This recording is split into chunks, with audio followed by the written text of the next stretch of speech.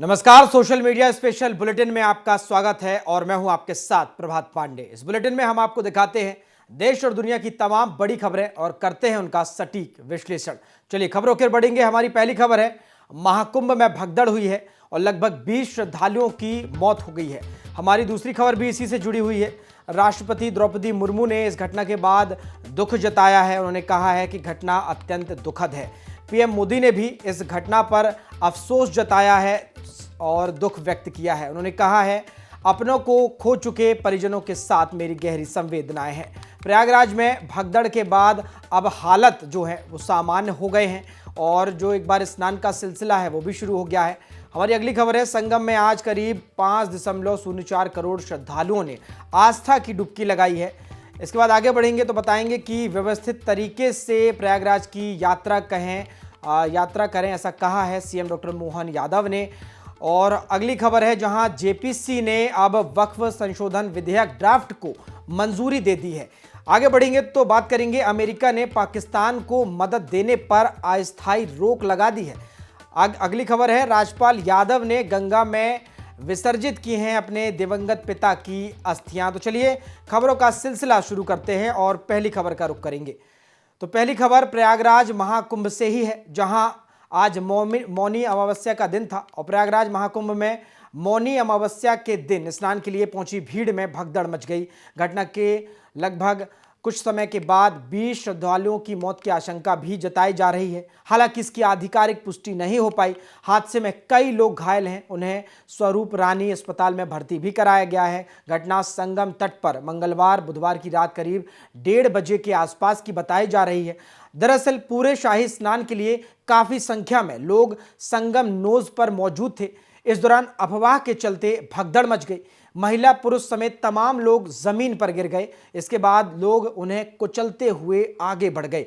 इससे हालात भी बिगड़ गए। संगम तट पर एम्बुलेंस के जरिए घायलों को अस्पताल ले जाया गया।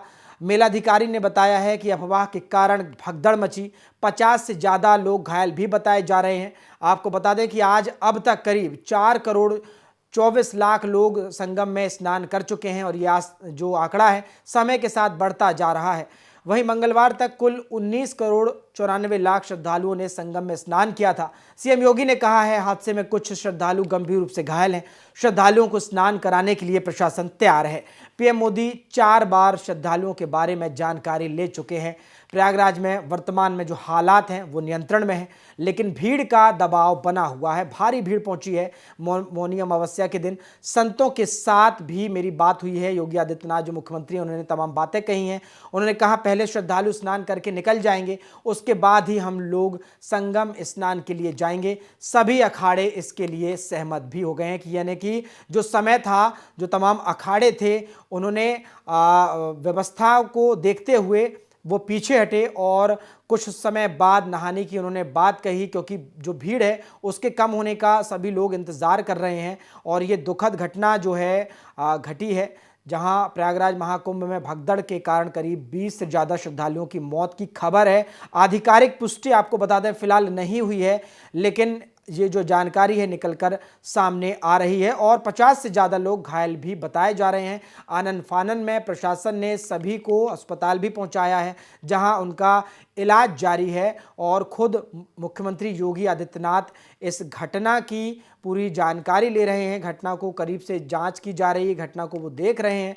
और स्नान को लेकर अखाड़ों ने अपील की है, लोगों से संयम बरतने की अपील की है, अफवाह में न पड़ने की अपील की जा रही है। सीएम योगी ने भी अपील की है। उन्होंने कहा, नकारात्मक जो अफवाह फैलाई जा रही है उस पर ध्यान न दें। प्रशासन के निर्देशों का पालन करने की लोगों से अपील की जा रही है। पीएम ने 4 बार हालात का जायजा लिया है। उन्होंने इस घटना के बारे में जानकारी ली है। सीएम योगी आदित्यनाथ ने तमाम जानकारियां दी हैं। उन्होंने कहा है, लोगों से अपील की कि अफवाहों पर ध्यान न दिया जाए।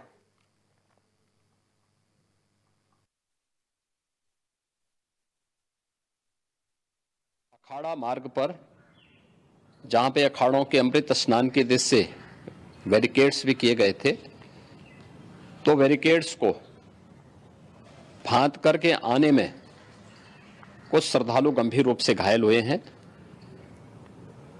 उन्हें तत्काल हॉस्पिटल में पहुंचा करके उपचार आदि की व्यवस्था उनके लिए की गई है। उनमें से कुछ श्रद्धालु गंभीर रूप से घायल हैं।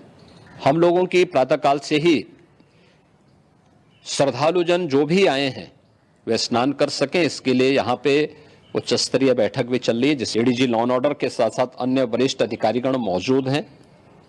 प्रयागराज में हालात वर्तमान में नियंत्रण में हैं, लेकिन भीड़ का दबाव बहुत बना हुआ है। अखाड़ा परिषद से जुड़े हुए पदाधिकारियों के साथ मैंने स्वयं भी बातचीत की है।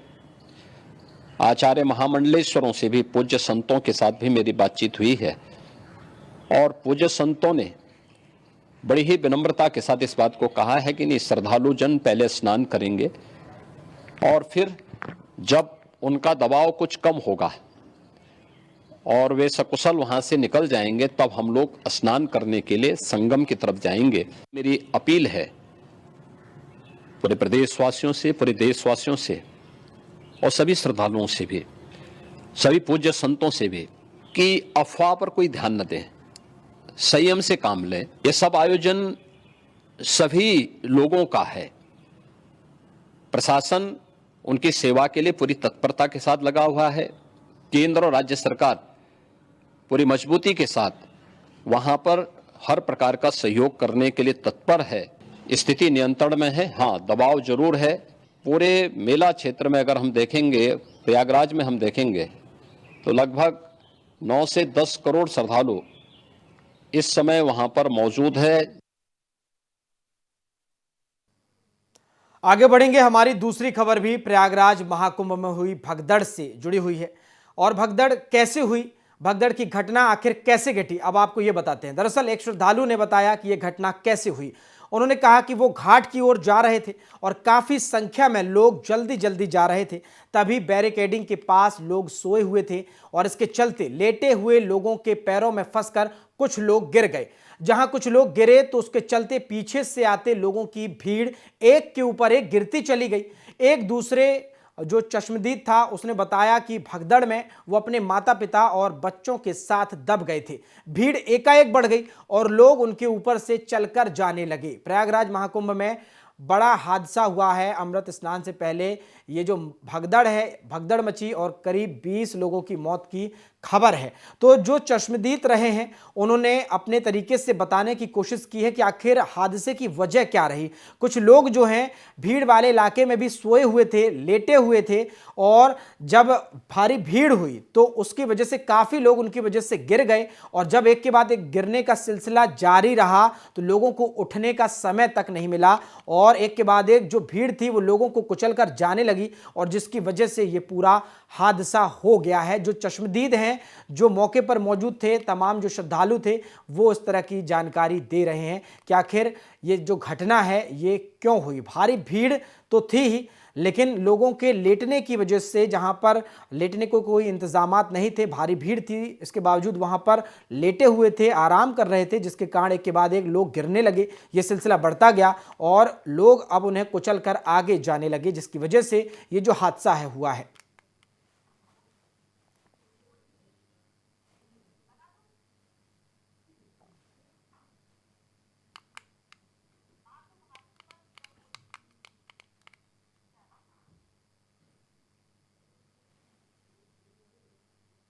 और आगे बढ़ेंगे। महाकुंभ में जिस तरह से भगदड़ मची, हादसा हुआ, इस पर प्रधानमंत्री मोदी ने भी दुख जताया। उन्होंने सोशल मीडिया अकाउंट एक्स पर ट्वीट कर लिखा है, प्रयागराज महाकुंभ में हुआ हादसा अत्यंत दुखद है। इसमें जिन श्रद्धालुओं ने अपने परिजनों को खोया है उनके प्रति मेरी गहरी संवेदनाएं हैं। इसके साथ ही मैं सभी घायलों के शीघ्र स्वास्थ्य होने की कामना करता हूं। स्थानीय प्रशासन पीड़ितों की हर संभव मदद में जुटा हुआ है। इस सिलसिले में मैंने मुख्यमंत्री योगी जी से भी बातचीत की है और मैं लगातार राज्य सरकार के संपर्क में हूं। पीएम मोदी ने घटना पर अफसोस भी जताया है। उन्होंने कहा, अपनों को खो चुके परिजनों के साथ मेरी गहरी संवेदनाएं हैं। तो देखिए, जिस तरह से ये पूरा हादसा हुआ है अत्यंत दुखद है। आस्था का सैलाब उमड़ा, मौनी अमावस्या का दिन था और उससे पहले भारी भीड़ वहां पर पहुंची। भारी भीड़ की वजह से लोग एक दूसरे पर, हालात पर काबू नहीं पा पाए, माफ़ कीजिएगा। और इसके बाद गिरने की वजह से जो लोग हैं जो गिरे हुए थे वो भारी भीड़ ने उन्हें कुचल दिया। करीब 20 लोगों की मौत की आशंका जताई जा रही है। आधिकारिक पुष्टि नहीं हुई है। पीएम मोदी ने इस पूरी घटनाक्रम पर दुख जताया है। उन्होंने मुख्यमंत्री योगी आदित्यनाथ से घटना की जानकारी ली और तमाम जो चीजें हैं जरूरी दिशा निर्देश भी दिए हैं।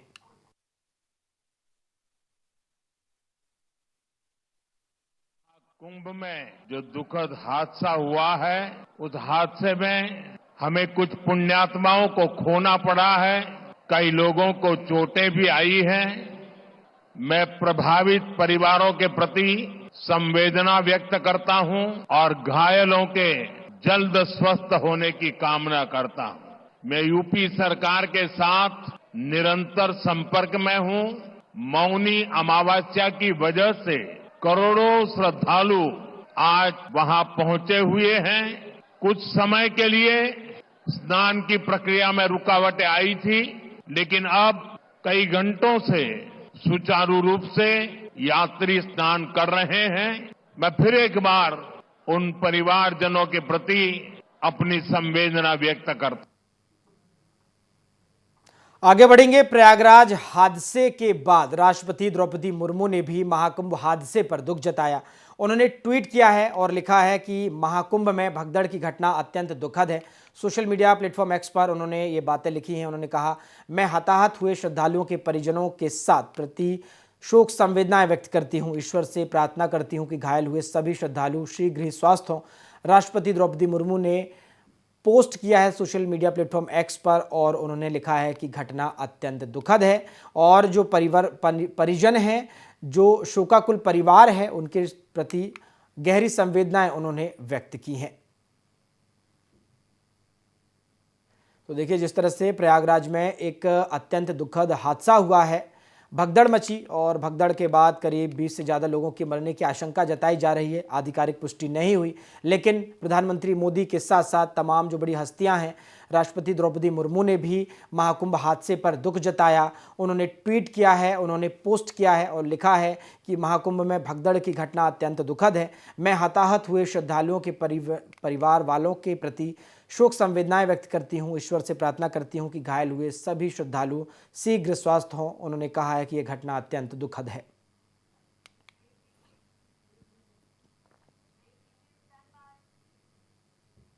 प्रयागराज महाकुंभ में भगदड़ हुई, 20 से ज्यादा लोगों की मौत की खबर भी है।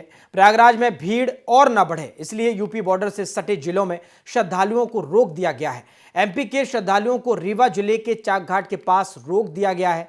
मुख्यमंत्री डॉक्टर मोहन यादव ने पोस्ट कर श्रद्धालुओं से संयम बनाए रखने और प्रशासन के निर्देशों का पालन करने की अपील की है। सीएम के निर्देश पर चाक घाट में डॉक्टरों और पैरा मेडिकल स्टाफ की तैनाती के साथ दवाओं की व्यवस्था की गई है। यात्रियों के रुकने के लिए 3 होल्डिंग्स स्पेस बनाए गए। यहां पर्याप्त शेड, सर्दी के हिसाब से बिस्तर, रजाई, गद्दों की व्यवस्था की गई है। ठंड से बचने के लिए अलाव का इंतजाम भी किया गया है।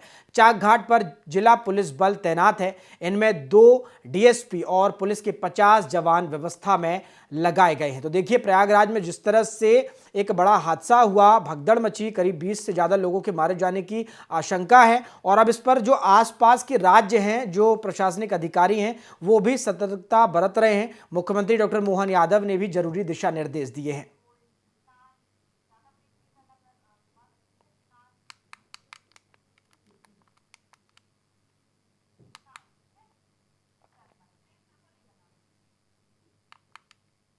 चलिए आगे बढ़ेंगे। खबर प्रयागराज महाकुंभ से जुड़ी हुई ही है। महाकुंभ में आए दिन श्रद्धालुओं की भीड़ अब बढ़ती जा रही है।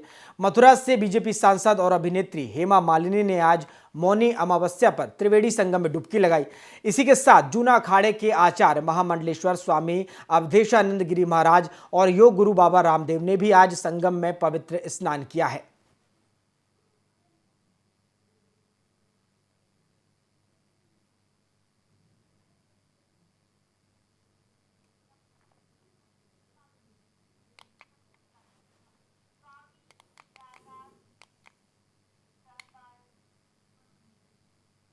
चलिए आगे बढ़ेंगे। प्रयागराज में होने वाले महाकुंभ में आधी रात हुई भगदड़ के बाद प्रशासन अब एक्टिव हो गया है। वहीं अब अमृत स्नान भी शुरू हो गया है।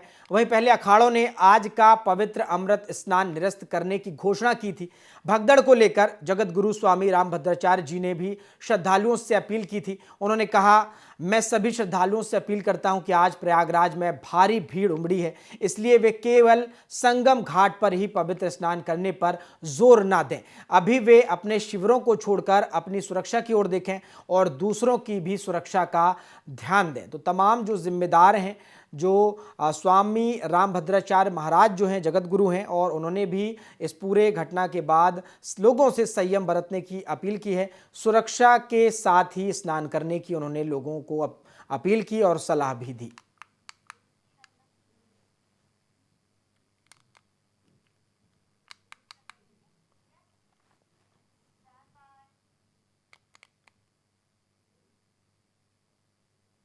आगे बढ़ेंगे। प्रयागराज में मची भगदड़ को लेकर सुप्रसिद्ध कथावाचक देवकीनंदन ठाकुर ने कहा, मैं संगम घाट पर नहीं गया क्योंकि वहां भीड़ बहुत ज्यादा है।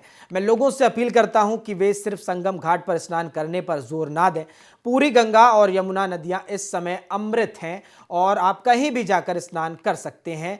उन्होंने कहा कि भीड़ के चलते संगम घाट नहीं गया हूं। कथावाचक ने लोगों से अपील की है और कहा है कि गंगा और यमुना नदियां इस समय अमृत हैं। आप किसी एक विशेष घाट पर आने की कोशिश ना करें क्योंकि भीड़ ज़्यादा है। आप कहीं पर भी जाके स्नान कर सकते हैं और पुण्य लाभ कमा सकते हैं। देवकीनंदन ठाकुर ने तमाम अपील की है।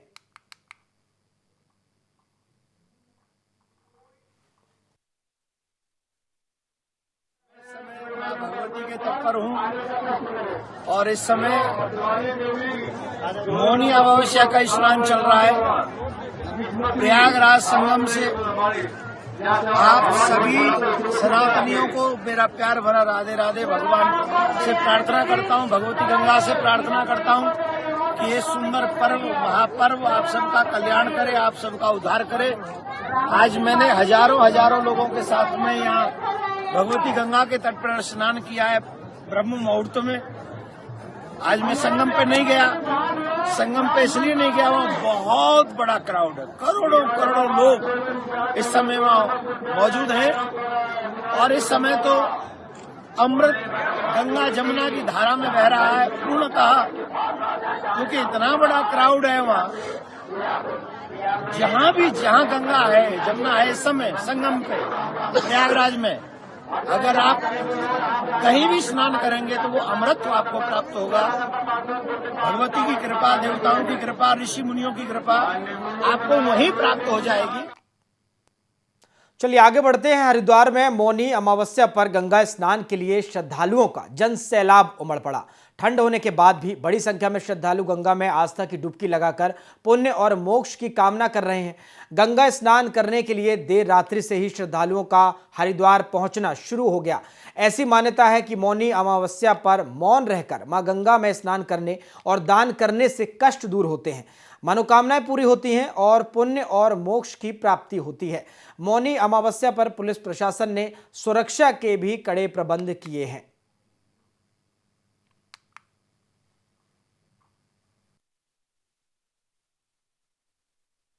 स्नान करके तो बहुत अच्छा लग रहा है, लाइक काफ़ी पॉजिटिविटी आई है और बस यही बरकरार रहे पॉजिटिविटी। हर हर गंगे। गंगा जी में लाइक हमें प्रोवोकेशन मिलता है कि हम लोग जाएं और स्नान करें।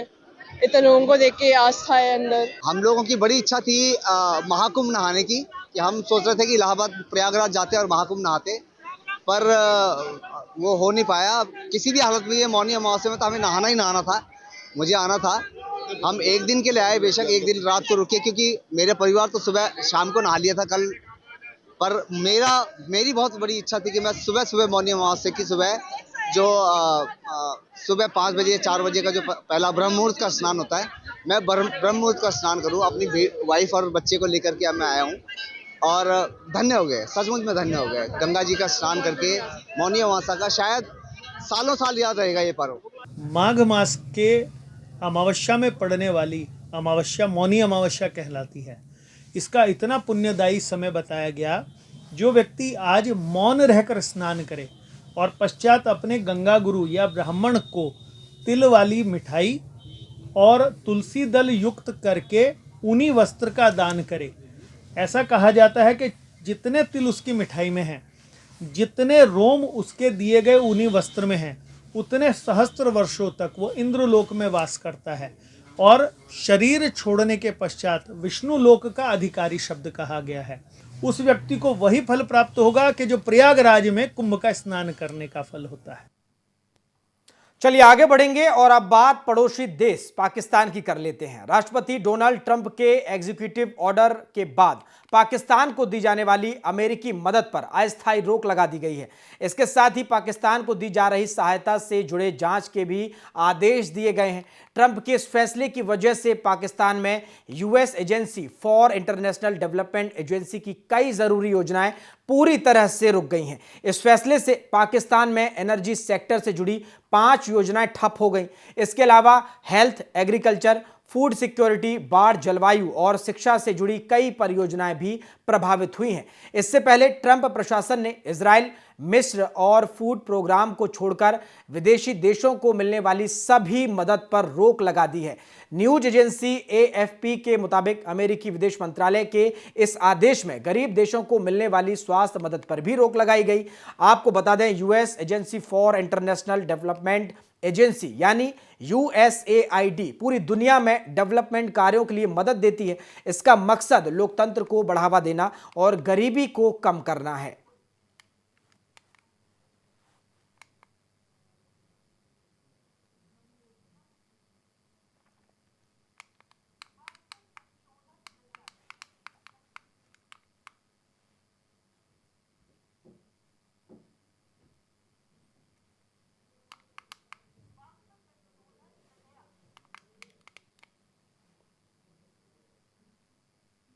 चलिए आगे बढ़ते हैं और बात वक्फ संशोधन विधेयक की कर लेते हैं। वक्फ संशोधन विधेयक की जांच कर रही संसद की ज्वाइंट पार्लियामेंट्री कमेटी ने ड्राफ्ट रिपोर्ट को मंजूरी दे दी है।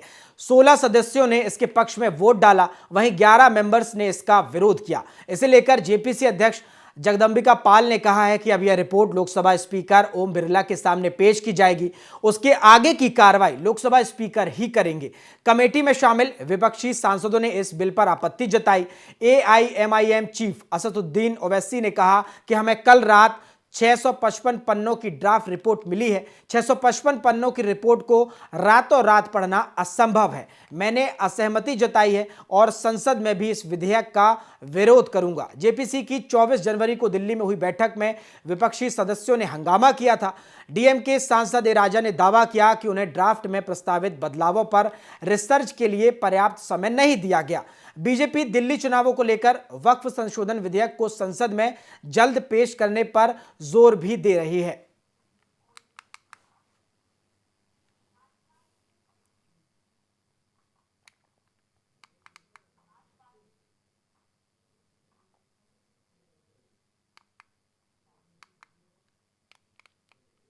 आगे बढ़ते हैं। बॉलीवुड अभिनेता राजपाल यादव ने हरिद्वार के वीआईपी घाट पहुंचकर अपने दिवंगत पिता की अस्थियां विसर्जित की।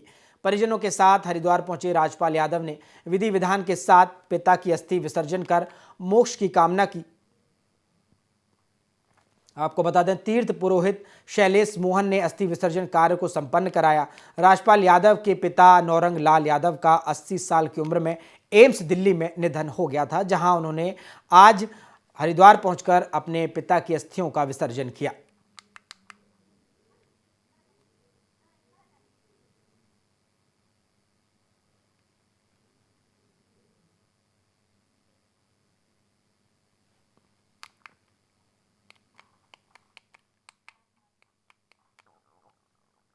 चलिए आगे बढ़ते हैं और अब बात गुइलेन बैरे सिंड्रोम की कर लेते हैं। महाराष्ट्र के सोलापुर में सोमवार को गुइलेन बैरे सिंड्रोम के 9 और केस सामने आए। अब एक्टिव मरीजों की संख्या बढ़कर 110 हो गई। इन मरीजों में 73 पुरुष और 37 महिलाएं हैं। वहीं 17 मरीज वेंटिलेटर पर पहुंच गए हैं। इससे पहले 26 जनवरी को जीबी सिंड्रोम से सोलापुर के रहने वाले 40 साल के शख्स की मौत भी हो गई। सोलापुर सरकारी मेडिकल कॉलेज के डीन के अनुसार मरीज को सांस फूलने, निचले अंगों में कमजोरी और दस्त जैसे लक्षण थे। जीबी सिंड्रोम एक दुर्लभ ऑटो इम्यून स्थिति है। इसमें सुन्नता, मांसपेशियों में कमजोरी जैसे लक्षण होते हैं जो मस्तिष्क में रक्त प्रवाह कम कर देते हैं। इससे पीड़ित हर 3 में से 1 मरीज को सांस लेने में मुश्किल होती है। बोलने और निगलने में कठिनाई के साथ आंखों को हिलाने में दिक्कत होती है। 7% लोगों में इसके लक्षण 1 से 6 सप्ताह में दिखने शुरू हो जाते हैं। वहीं कुछ मरीजों में चंद घंटों में ही लक्षण दिखाई पड़ते हैं। महाराष्ट्र में जीबी सिंड्रोम के 9 नए केस सामने आए हैं।